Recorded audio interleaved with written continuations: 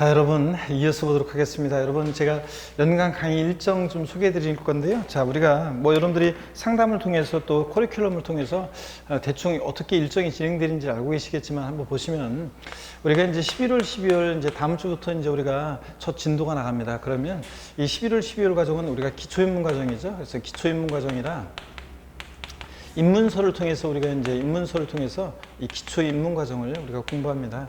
그래서 이 기초 입문 과정을 통해서 여러분들은 이제 아까 세법의 낯설음을 여러분들이 극복하셔야 되는데, 용어의 낯설음이요. 그래서 제가 이제 기초 입문서, 기초 입문 과정에서 용어를 설명을 드립니다. 그래서 낯설음 극복할 수 있도록 용어를 알아야지 여러분들이 공부가 쉬워집니다.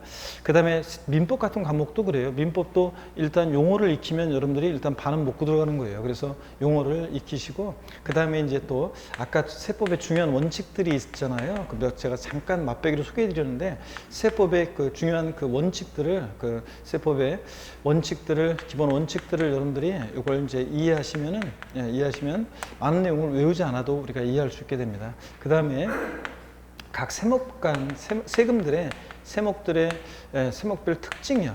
세목들의 얘는 어떤 세금인지 특성, 특징 이런 것들을 이제 파악하시면 그 세금을 이해하고 공부하는데 굉장히 도움이 됩니다. 그래서 세목별 특성들을 제가 이제 기초입문 과정에서 자세히 소개합니다. 용어라든가 이렇게 기본 원칙이나 특성 이런 것들은 입문 과정에서 자세히 천천히 설명합니다. 다른 과목들도 아마 여러분들이 먼저 제가 항상 이렇게 합격 설명 같은 거 할 때 제가 항상 하는 게 있어요. 먼저 시작하면 먼저 도착한다. 그래서 11월, 12월 과정부터 이렇게 시작을 하셔야지 편안하게 그 과목을 이렇게 이해할 수 있고 또 안착할 수 있게 되고, 또 기초가 탄탄하면 뿌리가 튼튼해집니다. 그래서 이번에 30일의 시험에서도 세법에서 잘 안 나오는 부분인데 용어의 정의가 이제 조세 총론이라고 그래서 이제 한 문제가 나왔어요. 용어의 정의가 나왔는데 11월, 12월 과정에서 배우는 내용이에요. 11월, 12월 과정만 들었어도 맞출 수 있는 그런 문제가 나왔습니다. 그래서 기초입문 과정을 이렇게 요번 30일의 시험을 세법을 이따가 이제 말씀드리겠지만 보면은 이렇게 기초 과정부터 이렇게 평상시에 수업을 꾸준히 이렇게 들으신 분이면 무난히 고득점할 수 있는 그런 시험이었고요. 근데 이게 이제 기초 과정이 안 돼 있으면 안 듣고 마지막 마무리만 어떻게 살짝 얄팍하게 그냥 공부하신 분이면, 그래서 중요하다고 하는 거 몇몇만 좀 외워놓고 이렇게 시험장 오신 분이면, 그런 분이면 오히려 뭐야 이거 왜 이렇게 저 생소한 것들이 막 안 나오던 부분에서 생소한 것들이 문제가 나왔냐 이렇게 해가지고 난이도를 어렵게 느꼈을 그런 시험인데, 이따 말씀드리겠지만 30회 시험보다는 31회 시험이 세법은 좀 난이도가 좀 쉬웠어요. 그런데 어떤 분은 어렵게 느껴질 그런 시험이었고요. 또 어떤 분은 문제가 쉽다 이렇게 해서 고득점하고 그런 시험이었습니다. 그래서 이 기초입문 과정을 여러분들이 다른 과목도 그렇고 저희들이 천천히 용어 설명하고 이럴 때 이 과정을 소홀히 하지 말고 잘 들어서 또 각 세목들의 특징을 파악하고, 또 그래서 전체적인 세법의 체계를 잡고 틀을 잡는데 11월, 12월 달에 주안점을 두시면 되겠습니다. 자, 그 다음에 이런 것도 중요해요. 우리가 이제 이렇게 늦가을에 만추에 공부를 시작해가지고요. 32회 시험 출사표를 던졌잖아요. 처음 공부하신 분도 계시고 또 1차 합격하시고 또 2차만 보신 분도 계실 것인데, 이렇게 늦가을에 만추에 시작해가지고 추운 겨울을 지나고 새봄이 오고 또 무더운 여름을 봄이 지나고 꽃이 피고 지고 무더운 여름, 시련의 무더운 여름을 지나면 또 다시 가을이 오고, 그렇게 다시 가을을 맞기까지 우리가 사계절을 공부해야 돼요. 그러다 보니까 처음에 이제 공부하다 보면 이제 많은 일들이 있겠지만 또 이런 것도 중요해요. 처음에는 처음 공부하시는 분이면 이렇게 40분, 50분 이렇게 앉아 있는 거 있잖아요. 이렇게 의자에 앉아 있는 이것도 고역이에요. 처음에는 습관이 안 돼가지고. 저도 제가 이제 몇 년 전에 대학원에서 이제 대학원 과정에서 진학해가지고 대학원 과정에서 뒤늦게 이제 진작 했어야 되는데 공부를 했었는데, 피교육생이다 보니까 있죠. 진짜 그냥 교수님이 나이 먹은 학생이라고 그래가지고 굉장히 이렇게 봐주고 그랬는데도, 편의를 많이 봐주고 이렇게 했는데도 있죠. 그런데도 한 20분만 지나면 있잖아요. 여러분 심정을 잘 알겠다니까요. 한 20분만 지나면 괜히 핸드폰 살짝 몰래 꺼내가지고 있죠. 뭔가 중요한 게 와 있을 것 같은 메시지가 아무것도 없는데도 괜히 보게 되고 막 그냥 미치겠더라고요. 그래서 처음에 공부하면서 진짜 이게 피교육생 입장에서 앉아 있는 거 있잖아요. 이게 얼마나 힘든지, 50분 동안 앉아 있는 게 집중해서 앉아있는 게 원래 이렇게 힘들구나 제가 다시 한번 느꼈습니다. 그래서 여러분들 그래서 처음에 이렇게 입문과정 이렇게 할 때 이렇게 편안하게 할 때 저희들이 차근차근 작은 이렇게 해드릴 때 그때 이렇게 앉아있는 연습 이렇게 이런 것도 공부를 뭐 너무 그렇게 욕심내지 말고 앉아있는 연습 이런 거 하시면서 세법의 기초적인 어떤 내용들을 이렇게 파악하시고 습을 보고요 이렇게 가시면 돼요. 자, 그래서 이런 것들을 기초 입문 과정을 통해서 공부할 것이고요. 이 입문 과정이 이제 여러분들의 바탕을 튼튼하게 하고 또 저 세법의 공부한 본격적인 내용들을 공부할 때 바탕이 돼서 훨씬 더 수월하게 넘어갈 수 있도록 도와드릴 거고요.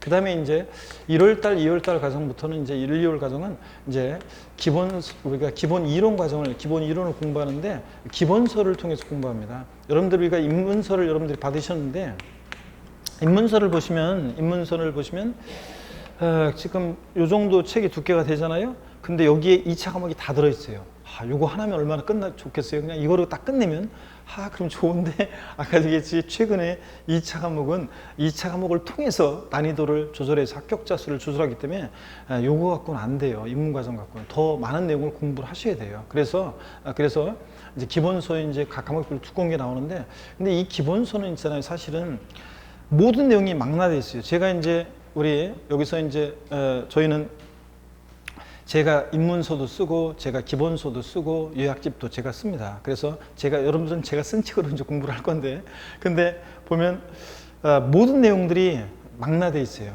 그래서 이 기본서에서는 시험에서 한 번도 안 나온 부분에서 가끔 나오기도 하는데 이 기본서 자체에서 벗어나는 문제는 진짜 한 5년에 한 번 정도 이렇게 나오기도 합니다.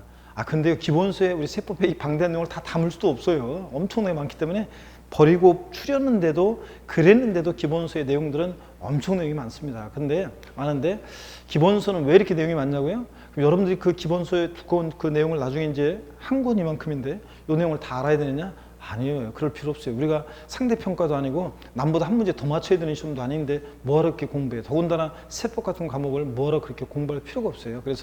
그렇지만 왜 그러면 책이 이렇게 두껍냐고요? 이렇게 얇게만 해주지?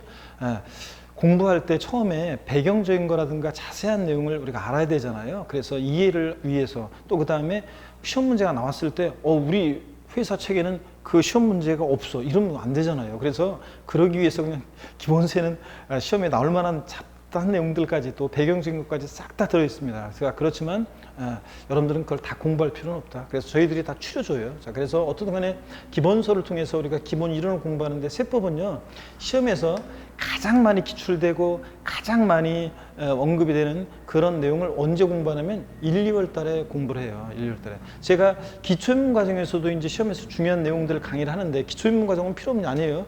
이때 용어도 설명하지만 시험에서 가장 기본적인 꼭 알아야 되는 무조건 알아야 되는 그런 내용들도 강의를 해요. 특히 이제 기본서 기본 이론 때 시험에 우리 세법 같으면 16문제 중에서 8문제 9문제 정도를 맞추는 그 내용들 있죠? 그 내용들은 이때 다 강의해요. 1열 강의만 들으면 저는 반타작이 5편인데 그럼 1열 강의만 저는 들으면 되겠습니까?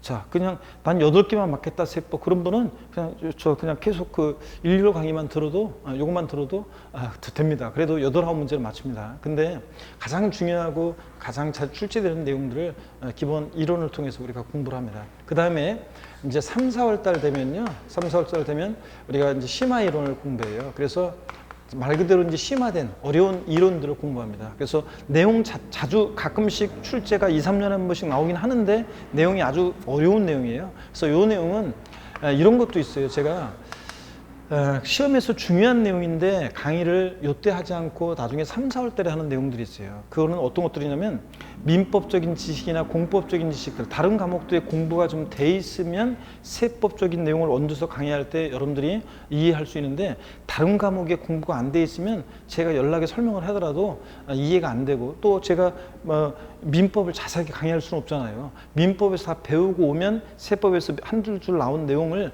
개념들을 여러분들이 그냥 알고 있으니까 요건 저는 알고 있다는 전자에서 세법적인 걸 설명하면 되는 건데 제 민법적인 내용 강의할 필요 없잖아요. 근데 그래서 어떤 내용들은 기본적인 세법의 공부가 되어 있고 민법적인 지식이 되어 있을 때 제가 강의를 하면 여러분들이 탁탁 쉽게 받아들이는데 만약에 어떤 내용은 이때 강의를 하면은 여러분들이 알아들을 수가 없는 그런 내용, 이해가 안 되는 그런 내용들이 있어요. 그래서 심화 이론은 자, 중요하지만 어려운 내용이어서 자, 기본적인 나중에 바탕이 좀 필요해서 나중에 강의하는 내용도 있고, 또 어떤 내용은 심화 이론 때 요게 자주 출제되는 것은 아닌데 한 4, 5년에 한 번씩 나올까 이런 건데 올해는 왠지 나올 가능성이 제가 이제 그 엄청난 신통력으로 제가 찍어요. 요번에도 제가 문제를 요번에 보면서 이따가 얘기하겠지만 9, 10월 달 마무리 과정에서 9, 10월 달 마무리 과정 자료에서 벗어난 문제는 딱 한 문제 있었어요. 딱 한 문제 있었는데 양독세 이제 계산 문제 한 문제 딱 한 문제만 벗어났고 나머지는 다 그 안에 9, 10월 마무리 과정 속에 자료에 다 들어 있었습니다. 근데 자, 여러분들 그런 것을 이렇게 이제 다 들어있긴 다 그렇게 벗어나지 않는데 심화 이론에서도 그러니까 요번에 제가 엄청난 그러니까 신통력이나 적분력이 있느냐?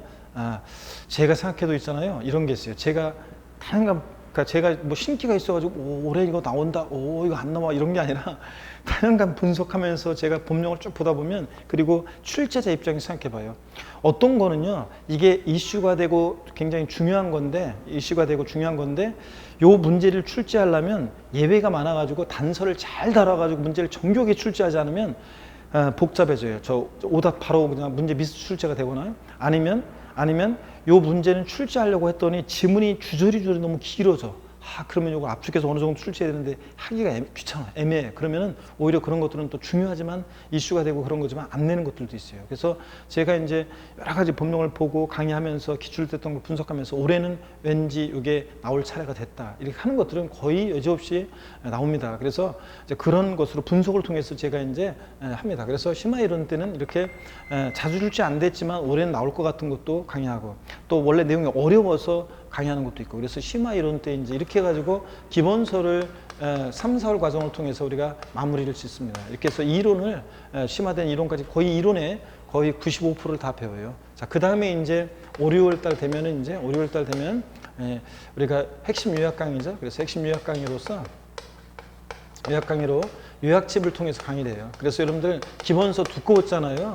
기본서 두꺼웠는데 요걸 이제 압축해 드립니다. 제가 그래서 압축해서 요 압축한 내용으로 반복합니다. 그래서 근데 그럼 처음부터 그러면 그냥 요걸 주시죠. 요걸 처음부터 그냥 요걸 더 줘가지고 요거로 그냥 얄팍하게 해서 반복하면 좋잖아요. 그런데 이거를 공부할 때 이렇게 공부된 바탕이 되어져 있을 때 요약집을 공부하면 그 배경 한 줄만 돼 있어도 그 배경적인 걸 이해할 수 있으니까, 그러니까 요 요약집이 위력을 발휘합니다. 그래서 걱정할 필요가 없어요. 여러분들은 압축하고 뭐 정리하고 뭐 이런 것들을 걱정할 필요가 없이 저희들이 다 도와드립니다. 이해할 수 있도록 도와드리고 암기할 수 있도록 도와드리고, 세법은 암기가 좀 중요하거든요. 암기할 수 있도록 도와드려요. 그래서 제가 아까 말씀드렸잖아요. 제 강의를 들었더니 시험장 갔더니 제가 함께함을 느끼고요. 제 음성이 교수님 음성이 들렸어요. 막 이렇게 얘기하잖아요. 그런 분들이 왜 그러냐면 제가 다양하게 있잖아요. 스토리텔링이나 뭐 연상기법이나 뭐 암기 두 문자 따서 암기하는 방법이나 여러 가지를 통해서 제가 계속 주입을 시켜요. 코드를 알게 모르게. 그래서 이거 하면 이거 하면 이거, 이런 식으로. 그래서 뭐 심지어는 뭐 수업을 잘 들은 분들은 아까 얘기했듯이 뭐 재산세 친구니까 뭐 지역자원시설세 문제를 맞추고, 또 제가 이런 것도 얘기했어요. 취득세하고 등록면허세라는 세금이 있어요. 근데 제가 이런 얘기도 하거든요. 취득세가 인강에 보면 다 증거가 있어요. 한두 번 얘기한 게 아니에요.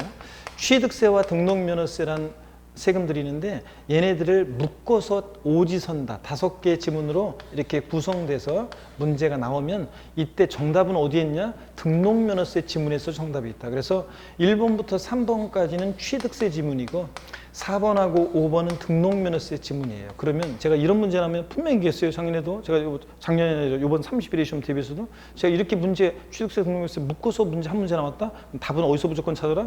등록면허세 지문부터 일단 봐야 돼요. 등록면허세 지문에서 정답이 있을 가능성이 높다. 그러니까 무조건 등록면허세 지문만 일단 봐. 이거 취득세는 제끼고 취득세 어쩌고 나온 건 제끼고 등록면허세 지문만 찾으면 돼요. 그럼 이번 31회 시험에서도 취득세 지문 3개, 등록면허세 지문 2개였어요. 그러면 등록면허세 지문부터 먼저 보면 돼요. 여기부터 딱 봤더니 2개 중에 하나 딱 고르는 거잖아요. 그런데 답은 뭐 고르기 어렵지 않았습니다. 그러니까 등록면허세 정답을 딱 골랐어야 돼요, 여러분. 이렇게. 자, 그래서 어떤 수강생은 또 얘기했어요. 취득세, 등록면허세 그 묶어서 나온 문제는 교수님이 등록면허세에서 문제 찾으라고 해서 제가 등록면허세 문제 찾았더니 봤더니 거기 답이 있어 보이대요. 그래가지고 답을 여유 있게 골랐어요. 이렇게 학교 국어에 또 썼습니다. 그런 식으로. 자, 그러니까 제가 이렇게 다양하게 여러분들께 그 코드를 여러 가지 뭐 이런 거는 이제 문제 푸는 요령도 그렇고 또 내용들도 다양한 코드로 제가 이렇게 해서 요거 하면 요거 하면 요거 떠오르도록 이렇게 다양한 연상 기법으로 도와드립니다. 그래서 그런 것들이 코드가 깔려 있으니까 시험장 가면 보면은 그거 딱 봤을 때 순간적으로 찰나의 순간에 떠오르는 게 있는 거예요. 제 음성이 들리고. 그래서 답을 맞추는 겁니다. 자, 이렇게 해서 요약 강의 제가 압축을 시켜드리고요. 요약집을 통해서 압축을 시켜드리고 요약집을 반복해서 이제 이론을 보시면 돼요. 요 요약집은 나중에 여러분들이 시험장 갈 때도 있죠. 이 시험장 갈 때도 요 요약집은 갖고 가셔야 돼요. 무거운 기본서를 들고 갈 수는 없잖아요. 근데 시험장에서 갑자기 뭐가 생각나는데 이걸 확인해 보고 싶을 때 그럴 때 책을 딱 이론서를 펴야 되는데 그때 기본서는 너무 두껍고요. 요약집을 갖고 가셔가지고 요약집은 항상 시험장 갈 때까지 계속 갖고 다니시면서 요약집을 보셔야 됩니다. 그래서 요약집이 그런 거고요. 그 다음에 이제 7, 8월 달에 이제 문제풀이를 통해서 문제풀이 과정인데 우리가 살아가면서 인생에 있어서 눈치 구단인 분들이요. 나이가 뭐 한 30대 후반 40대만 돼도 눈치 구단 되잖아요. 이제 뭐 어느 정도 인생 경험이 있다 보니까 누가 무슨 얘기하면 알았다. 너 이 얘기 하려고 그랬지? 알았어. 됐어. 나 알았으니까 하면서 말 꺼내지 못하게 막잖아요. 그래서 하면 오잖아요. 그런데 이렇게 앞부분 얘기만 들어도 뒷얘기를 우리가 다 알 수 있잖아요. 그런 거 짐작하잖아요. 그건 왜 그러냐? 다양한 인생의 경험을 통해서 우리가 딱 무슨 얘기면 딱 알잖아요. 그런 것처럼 그런데 인생에 있어서 눈치 구다니는 분들이 문제 풀 때는요, 이거 나오면 요거 문제를 딱 나오면 출제자가 어떤 걸 물어볼지를 일단 짐작을 하고 문제를 봐야 되잖아요. 그러면 지문이 나왔어요. 그럼 이 지문이 나오면 여기서는 포인트가 어떤 건지, 어떤 걸 주로 바꾸는지, 어떤 걸 물어보는지를 저희들이 계속 강의를 하잖아요. 그러면 뭐 이번 30일의 시험에서 이런 거 지문도 있었어요. 취득세에서 상속으로 우리가 취득했어요. 그럼 취득세는 언제까지 신고 납부하냐? 그러면 상속 개시일이 속하는 달의 말일로부터 6개월이에요. 그러니까 돌아가신 분이 피상속인 돌아가신 날을 상속 개시일이라고 해요. 그러면 상속 개시일 4월 10일이에요.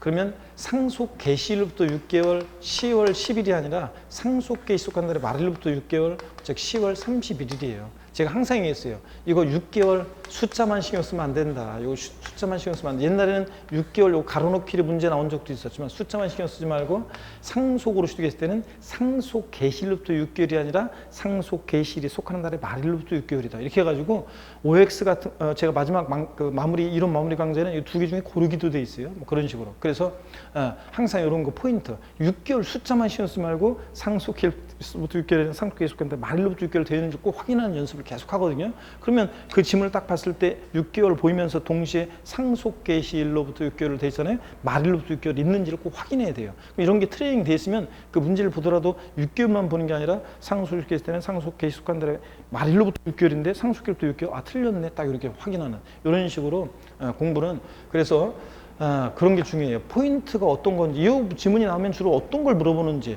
6개월하고 말일로부터 6개월, 이 두 가지를 물어보거든요. 그러면 그걸 알아야 되는데, 물어볼 걸 다 짐작하고 딱 봐야 되는데, 포인트를. 그럼 빨리빨리 정확하게 볼 수 있잖아요. 그런데, 그런 것들. 인생에서 눈치 구다는 분들이 문제 풀 때는 요거 나오면 요런 거 어떤 걸 주의해야 될지 딱 포인트를 잡아야 되는데, 그 포인트를 못 잡고 읽어요. 그러면, 두 번, 세 번 읽으면서 답을 못 고르는 거예요. 그래서 시간만 가고. 그래서 포인트를 정확히 알으려면 우리가 다양한 인생 경험을 쌓아가지고 눈치 구단이 된 것처럼 문제에 있어 눈치 구단이 되려면 우리가 이론을 공부했죠. 포인트가 어떤 걸 익혔죠. 그럼 문제를 많이 풀어보면서 이제 어떻게 문제가 되는지를 연습을 하다 보면 많이 트레이닝이 되면 지문을 딱 보면 그 포인트가 보여요, 여러분들. 자, 그래서 그렇게 하시길 당부드립니다, 여러분들.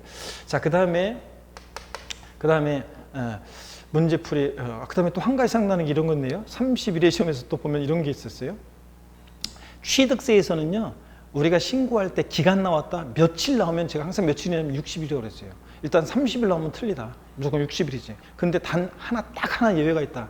국가나 지자체가 매각을 하면 매각일로부터 30일 내에 지자체에 통보하거나 통보해줘야 된다. 이래가지고 요건 30일 유일하게 기간에 딱 하나 예외가 있었거든요. 제가 그래서 요거 하나만 30일이고 나머지는 하여튼 60일이지 납세자가 신고하는 경우인데 60일 남으면 조금 틀리다. 근데 요거 국가나 자체는 헷갈릴 일이 없으니까 요거는 그러니까 예전에는 취득세가 신고 기한이 30일 어떤 때는 60일 막 중구난방이었어요. 그럼 헷갈리잖아요. 국민 헷갈리지 말라고 60일에다 통일해 줬는데 요것만 안 바뀌었어요. 국가나 자체가 매각하면 매각일로부터 30일에 통보해 줘야 된다. 지자체. 그러면 요거는 국가나 자체는 헷갈릴 일이 없잖아요. 그러니까 요건 30일이다 안 바뀌었다. 제가 그런 얘기 해드렸는데 요번에 또 그것도 나왔어요. 그것도 지문에 그런 식으로. 그러니까 여러분들이 의의 범위에서 그것도 나온 거예요. 한 번도 출제 안 됐던 지문인데 나왔어요. 그렇지만 제가 수업 시간에 평상시에 60일을 강조하면서 다 60일이 30일 하면 틀렸다. 근데 유일하게 그 예외가 국가나 자체는 헷갈릴 일이 없으니까 30일이다. 그랬는데 그것도 지문에 나왔더라고요. 그래가지고 역시 뭐 저 이번에도 그럴 것 같은 그런 것들이 많이 있었어요. 그러니까 평상시에 수업을 잘 들어야 된다 그런 얘기입니다.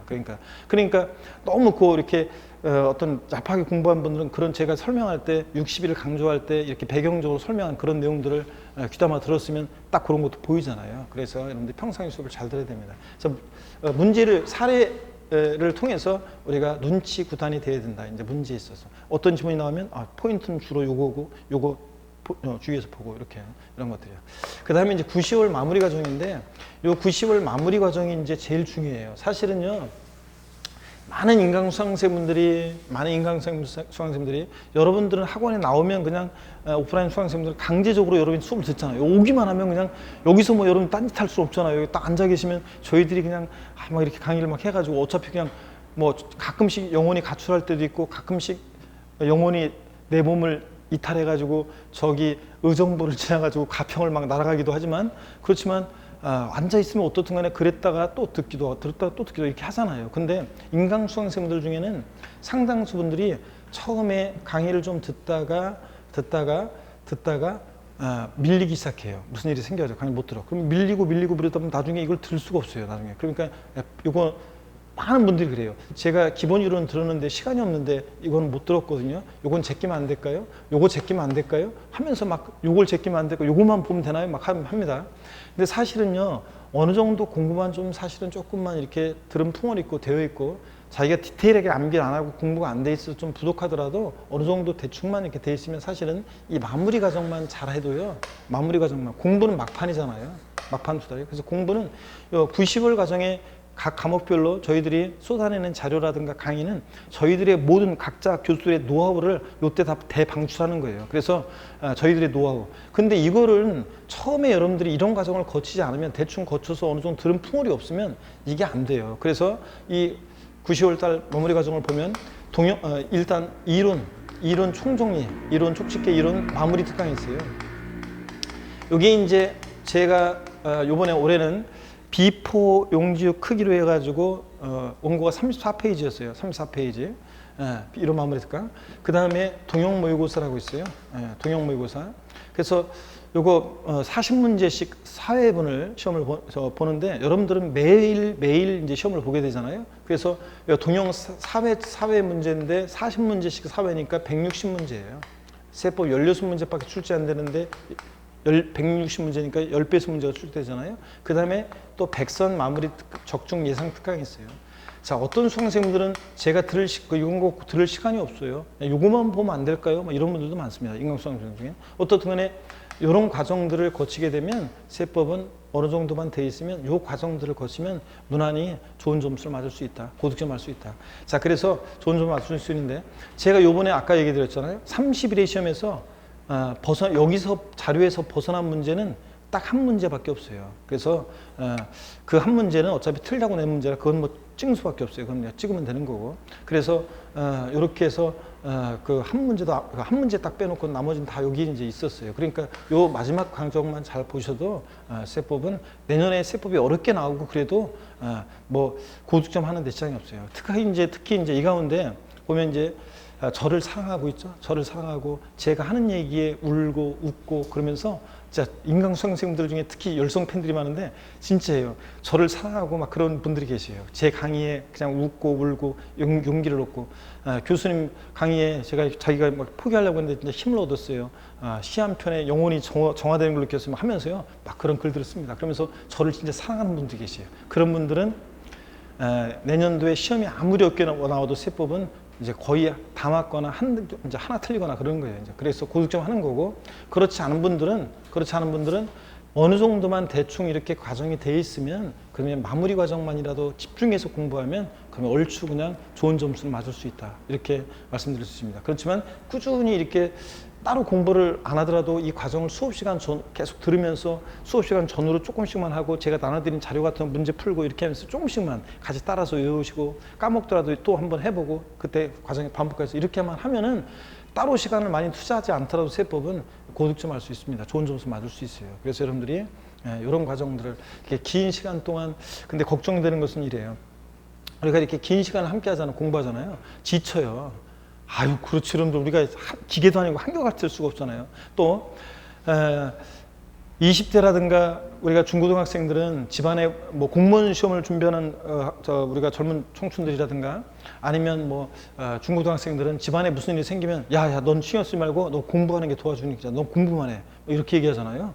자, 근데 성인인 여러분들은 가정을 다 책임지고 있는 여러분들은, 여러분 집안에 무슨 일이 생기면 여러분 본인이 다 수습을 해야지 누가 수습을 해요? 그래서 또 가족 중에 누가 아프거나 또 뭐 이렇게 하면 안 좋은 일이 생기거나 이러면, 우환이 생기거나 그러면 뭐 다 공부하는 데 지장이 있잖아요. 그래서 공부를 하려고 했는데 열심히 의지가 있었는데 안 되시는 분들 중에는 뭐 이렇게 다양한 사연들도 많아요. 그래서 뭐 어떤 분들은 이렇게 신랑이 시험 그 첫 해 와서 공부했는데 안 됐어요. 그래서 재수해가지고 진짜 제가 봐도 무조건 합격이에요. 그랬는데 시험 보기 한 2달 전에 신랑이 갑자기 그냥 운명을 달리하는 바람에, 나이도 젊은 주부가 신랑의 운명을 달리하니까 그 뭐 하늘이 무너지는 거, 공부가 어디 있어요 이제. 그래서 그 해 시험 공부 많이 했는데 진짜 그런 일이 생겨가지고, 시험 전에 그런 일이 생겨가지고 뭐 공부 시험도 못 보고 잘 안 됐죠. 근데 그 주부 수강생이 인천에 있는 수강생인데 다시 그 공부 다시 마음 추스리고 다시 공부하셔가지고 합격했어요. 그래가지고 지금 공인중개사 및 그다음에 뭐 인테리어 쪽, 신랑이 하던 쪽에 일을 해가지고 인테리어 같은 거 하면서 그 중개사를 같이 하는, 이렇게 해서 또 다음에 합격하는 이런 수험생도 있고요. 뭐 다양한 분들, 몸이 안 좋아서 뭐 그런 분도 있고, 제가 이 가운데도 혹시 시험에 이번에 1차만 합격하신 분도 계실 것이고, 아니면 1, 2차 이제 했다가 다 떨어지신 분도 계실 것이고, 또 처음 공부하는 분도 계시는데, 제가 항상 그 시험이 있잖아요. 이렇게 떨어진 분들의 그 아픈 마음 있잖아요. 그건 제가 진짜 누가보다 제가 잘 알아요. 제가 그 경험이 있기 때문에. 저도 옛날에 이제 공부하다가 공부를 포기하고, 제가 원했던 공부를 포기하고, 안 돼가 낙방해가지고 포기하고, 그래서 이제 하숙집에서 짐을 빼갖고 나오는 데 있잖아요. 그 마음이 있잖아요. 진짜 막 눈물을 삼키면서 진짜. 그리고 앞으로 이제 그 가족, 내 주변 사람들, 내 가족들의 나에 대한 어떤 그런 거 있잖아요. 그 시선, 뭐 그 다음에 내 자신에 대한 것도, 앞으로 미래에 대한 뭐 그런 거, 이런 것 때문에 진짜 막 복잡하고 무거운 마음으로 오는데요. 형제들이 있냐, 친구들은 있잖아요. 그냥 위로한답시고 한마디씩 하는데 그냥 꼭 비수가 되는 말만 던져. 막 그래서 그냥 막. 그런데 유일하게 이제 제가 아까 오전반에 이거에다가 울컥해가지고 제가 아까 NG가 아까는 근데 카메라 잘못돼가지고 저기 있었죠.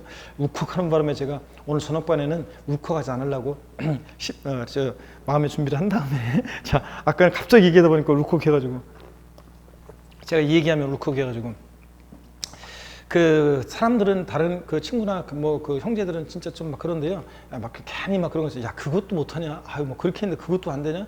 막 하면서, 야, 뭐 좀 더 열심히 하지. 아니면 등등 야, 뭐 어떻게 잘 되겠지 뭐 하면서 지나가는 말로 막 위로하고 그러는데, 저희 엄마는 이제 제가 낙방에서 하숙집에서 짐 빼갖고 이제 오는데, 저 멀리서 이제 엄마가 일하고 계시다가 저희 엄마가 이제 얼굴이 보이더라고요. 근데 제가 오는데, 저는 이제 쉼없이 제가 이제 또 오는데, 엄마를 딱 보니까 엄마가 오기 이제 기다리고 있었던 거예요. 저기서 하염없이 아들 오기 기다리고 있다가 저를 딱 보니까 제가 딱 보이는 순간 그 얼굴, 멀리서도 환한 얼굴, 엄마의 얼굴 있잖아요. 환하게 웃으면서 엄마가 저를 맞아주는데, 그때 그날도 그랬지만 엄마는 다른 얘기는 전혀 하지 않아요. 왜 시험 떨어 어떻게 됐냐, 왜 포기했냐, 그동안 뭘 했냐, 이런 얘기 저희 엄마는 한마디 하신 적이 없어요.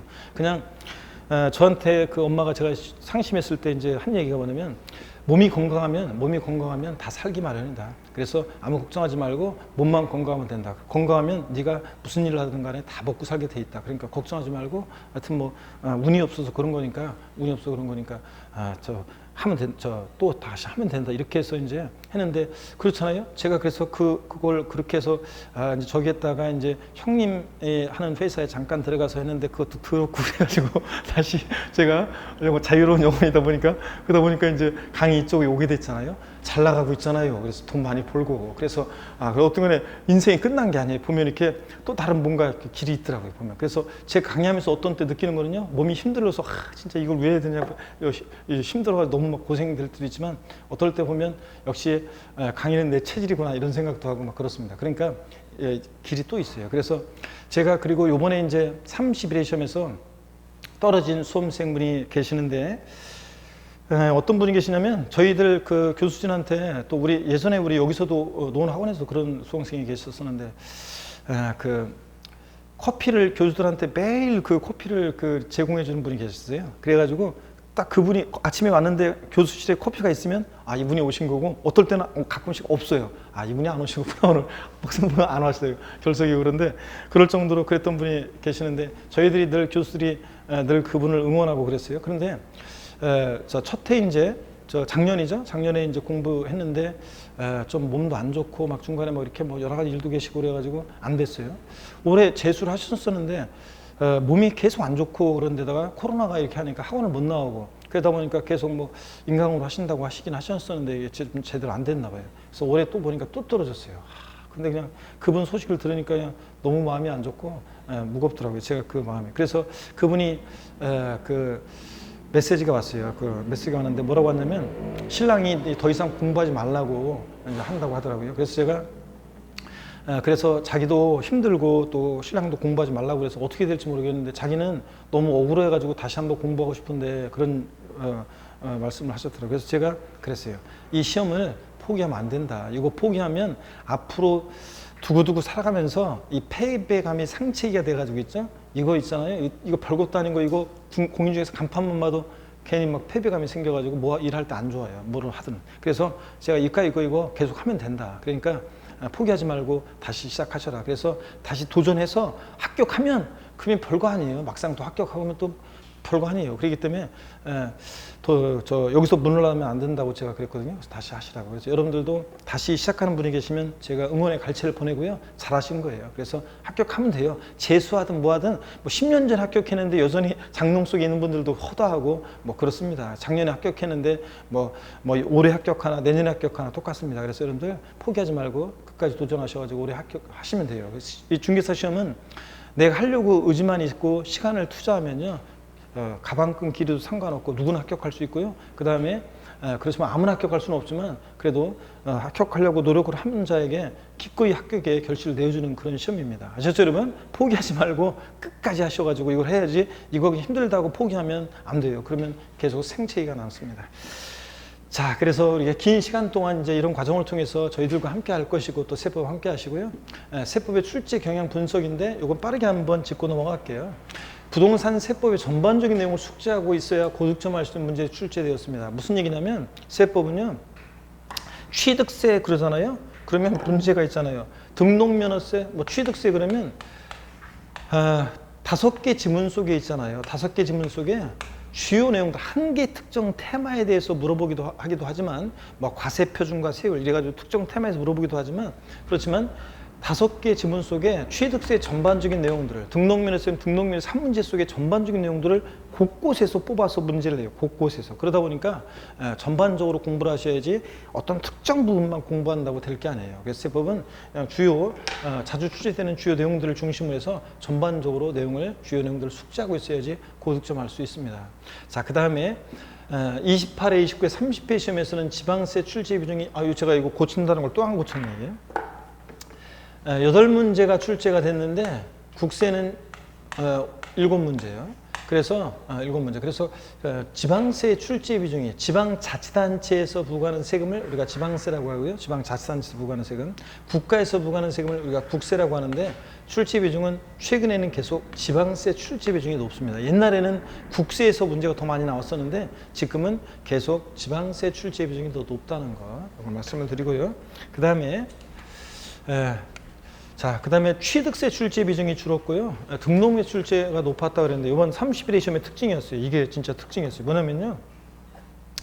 취득세라는 세금에서는 이 취득세라는 세금에서는 선언 문제가 출제 계속 되어 왔어요. 그런데 등록면허세는 한두 문제 출제됐어요. 한 문제, 또 많이 나오면 두 문제 뭐 그랬었는데 주로 한 문제 나오고 막 그랬었는데 요번에 31회 시험에서는 취득세에서 1.5문제예요. 그러니까 취득세만의 문제는 한 문제 나오고 등록면허세가 묶어서 나왔어요. 근데 정답도 등록면허세 있었기 때문에 사실은 취득세는 한 문제고 순수하게 등록면허세에서 2.5문제인데 말하자면 정답이 등록면허세에 있었기 때문에 세 문제라고 할 수 있어요. 등록면허세 세 문제, 취득세 3문제 이런 식으로 출제됐어요. 그래서 역전이 됐어요. 원래는.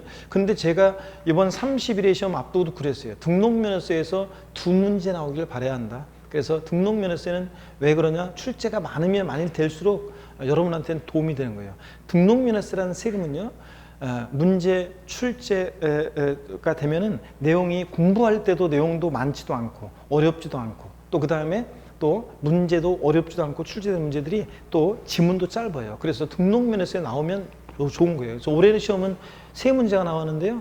여러분한테 좋은 거였어요. 그래서 이번에 세법이 전반적으로 골고루 이렇게 터치하고 문제가 나왔지만 그래도 평상시 수업을 잘 들은 분이면 오히려 쉽게 맞출 수 있었던 그런 등록면허세 문제들이 나왔어요. 그리고 취득세가 원래 취득세가 어렵거든요. 근데 취득세에서 문제가 적었어요. 그래서 올해 시험은 그런 경향이 있었다. 근데 내년도에는 일단 말씀드리겠지만 내년도는 다시 정상적으로 취득세에서 한 세 문제 정도, 등록면허세에서 한두 문제 정도 이렇게 출제 예상하시면 되겠습니다.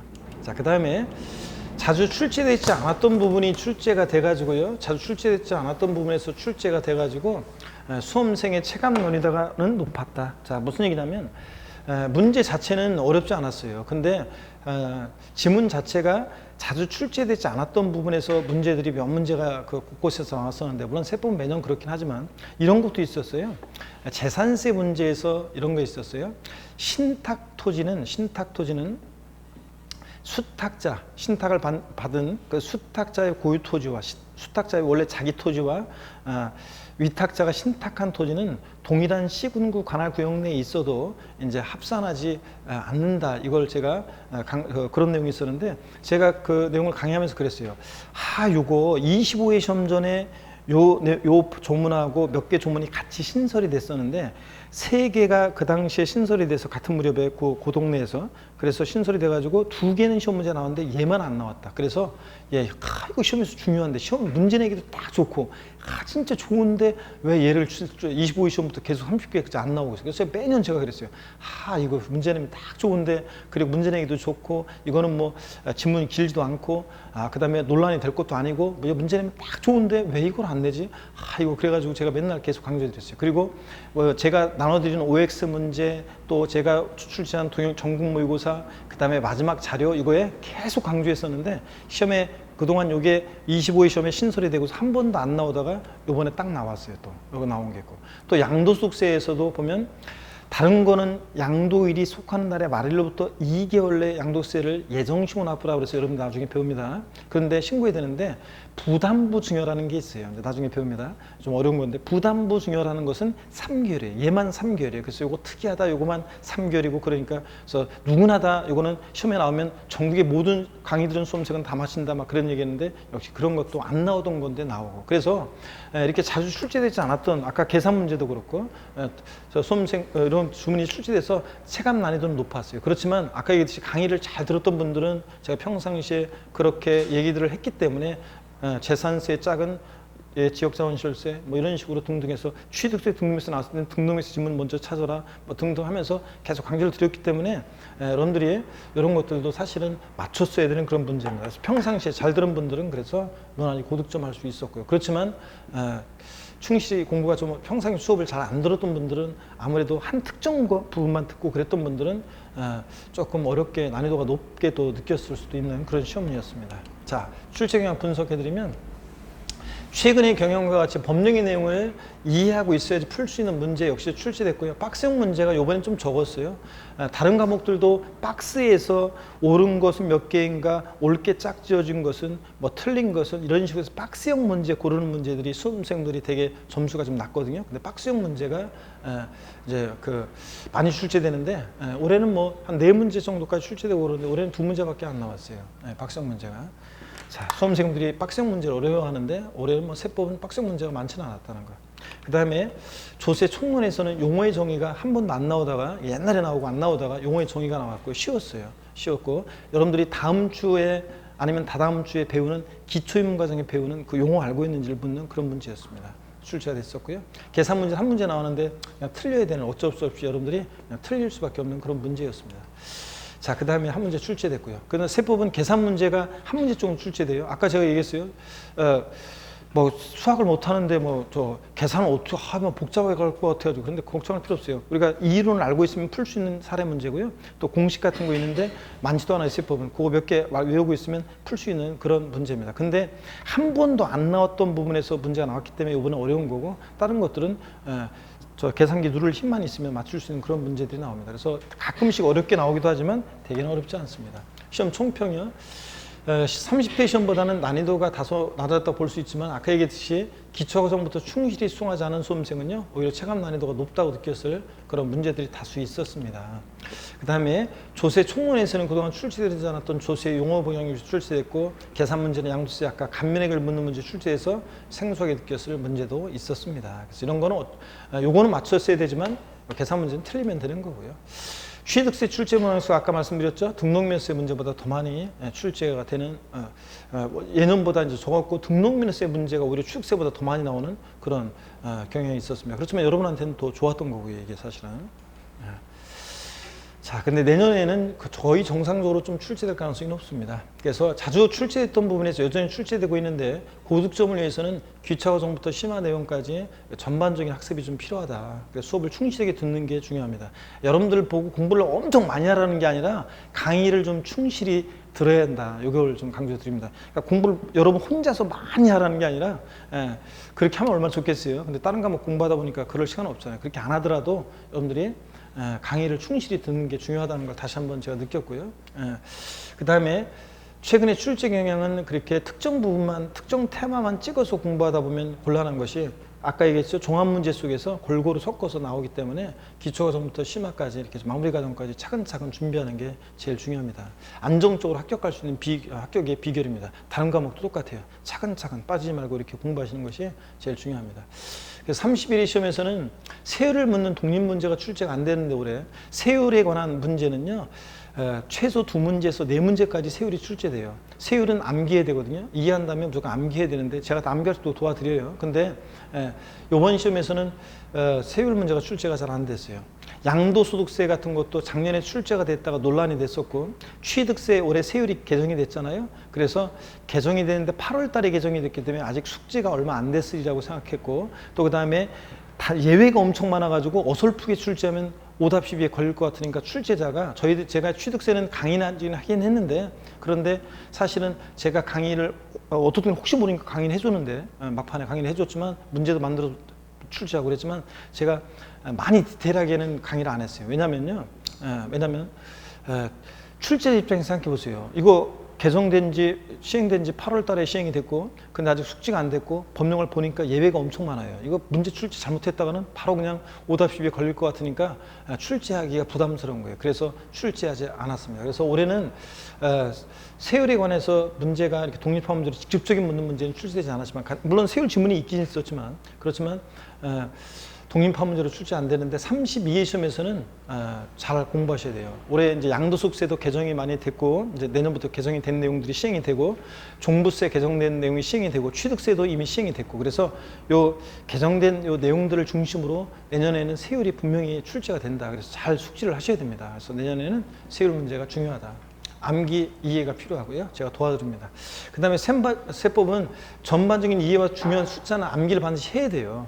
이게 암기를 안 하면 이번 시험도 보면요, 숫자 바꿔서 지문 틀리게 하거나 뭐 이렇게 하거나 그런 문제들이 다수 있었습니다. 지문들이. 그러니까 암기 중요한 사항은 암기를 하셔야 돼요. 근데 제가 다 도와드리고요. 그렇지만 법령의 이해도 하셔야지 응용력을 발휘할 수 있습니다. 아까처럼 시험은 이래요. 상속으로 취득했을 때 취득세는 상속 개시일로부터 6개월. 그러니까 숫자를 바꾸기도 하지만 숫자는 안 바꾸고 앞에 있는 어떤 걸 내용을 바꿔요. 자, 그래서 그런 것들도 이제 우리가 이해하면서 알아두셔야 됩니다. 그래야지 고득점할 수 있다. 자, 그러면 우리 부동산 세법이요. 우리 세법의 방대한 내용 속에서 부동산 세법이란 무엇이냐 이건데, 자 보니까 그러면은요, 또 오래 강의하면 또 지루하니까 다음 시간에는요, 또 우리가 자료는 많이 있지만 제가 우리 부동산 세법이요, 우리 부동산 세법이란 어떤 건지, 우리 시험에서 출제되는 중요 세목들은 어떤 건지, 또 출제 비중 그것만 간단하게 할지 아니면 조세에 관해서 어떤 건지 쫙 설명할지는 아까 여러분한테 달려있다고 그랬잖아요. 이번 두 번째 시간을 봤더니 좋으신 분도 안 계시고 여러분들 저 눈빛이 굉장히 살아있고 계셔가지고 리액션은 없었지만 그래도 굉장히 좋으셔가지고 제가 오늘 짧게 하도록 하겠습니다. 잠깐만 한 5분만 쉬었다가 있죠, 여러분. 제가 부동산 세법이란 뭐냐, 중요 세금들 좀 소개해드리는 시간은 연결해서 하면 좀 길어지니까 잠깐 쉬었다가 좀 소개해드리겠습니다. 잠깐 쉬겠습니다, 여러분.